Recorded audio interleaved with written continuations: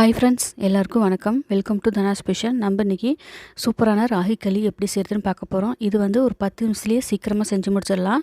ரொம்ப ஈஸியானது. இப்போ தான் நம்ம சேனலுக்கு வரீங்கன்னா சப்ஸ்கிரைப் பண்ணிட்டு பாருங்கள். வாங்க வீடியோக்குள்ளே போகலாம். இப்போ நான் ஒரு பவுலில் 1 கப் அளவுக்கு தலை தட்டிட்டு ராகி மாவை எடுத்து வச்சுருக்கேன். நீங்கள் டம்ளரோ இல்லை எந்த பாத்திரம்னாலும் அளந்து வச்சுக்கோங்க. ஆனால் அதில் இருந்தால் எல்லா தண்ணியும் அளவும் எடுத்துக்கணும். இப்போ இந்த பவுலிருந்து ஒரு 2 டேபிள் ஸ்பூன் அளவுக்கு இன்னொரு பவுலில் 2 டேபிள் ஸ்பூன் அளவுக்கு அளந்து போட்டுக்கோங்க. இப்போ இந்த பவுலில் தான் நம்ம அளந்து எடுத்தோம் இல்லைங்களா, இதுலேருந்து 2 கப் அளவுக்கு தண்ணி ஊற்றிக்கணும்.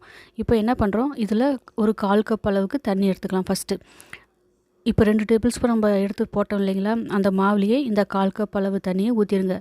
ஊற்றிட்டு கட்டி இல்லாமல் நல்லா இந்த மாதிரி கரைச்சி எடுத்து வச்சுக்கோங்க.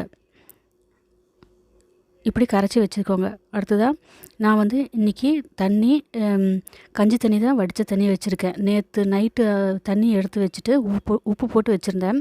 அதனால் இன்றைக்கி யூஸ் பண்ண போகிறேன். இப்படி தான் அந்த காலத்தில் இந்த மாதிரி தான் களியெல்லாம் செஞ்சால் ரொம்ப டேஸ்டியாக ரொம்ப நல்லா இருந்தது.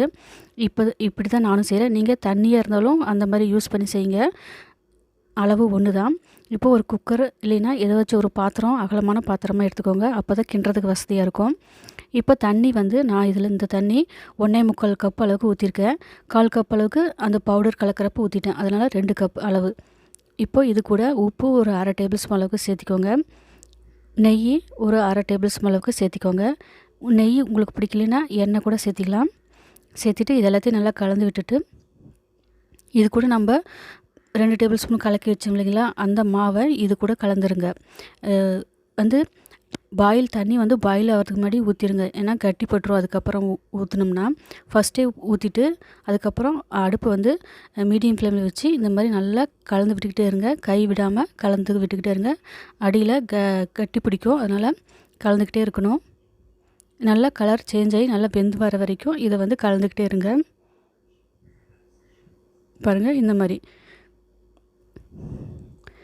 இப்போ பாருங்கள், கலர் கொஞ்சம் சேஞ்ச் ஆகி நல்லா வந்திருக்குது. இப்போ இந்த அளவுக்கு நல்லா வெந்து வந்ததுக்கப்புறமா நம்ம ராகி மாவை இது கூட சேர்த்திக்கலாம்.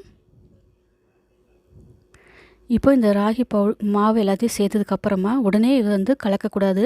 இது வந்து தண்ணி கூட நல்லா வெந்து வரணும். அந்த அளவுக்கு நம்ம இதை வந்து வேக வச்சுக்கலாம். ஒரு 5 நிமிஷம் இதை அப்படியே விட்டுருங்க. எதுவும் பண்ண வேண்டாம். இப்படி தண்ணியெல்லாம் நல்லா எல்லா பக்கமும் நல்லா கொதித்து வர்றப்போ நம்ம இப்போ வந்து இதை வந்து நல்லா கலந்து கொடுக்கலாம். நான் வந்து மத்தோட அடிப்பகுதியை வச்சு கலந்துக்கிறேன். நீங்கள் எந்த பெரிய ஸ்பூனாக இருந்தால் கரண்டியாக இருந்தாலும் அதில் வச்சு கூட உங்கள் விருப்பத்துக்கு தகுந்த மாதிரி கலந்து விட்டுக்கோங்க. இப்படி கட்டி இல்லாமல் நல்லா கலந்து விட்டுக்கோங்க.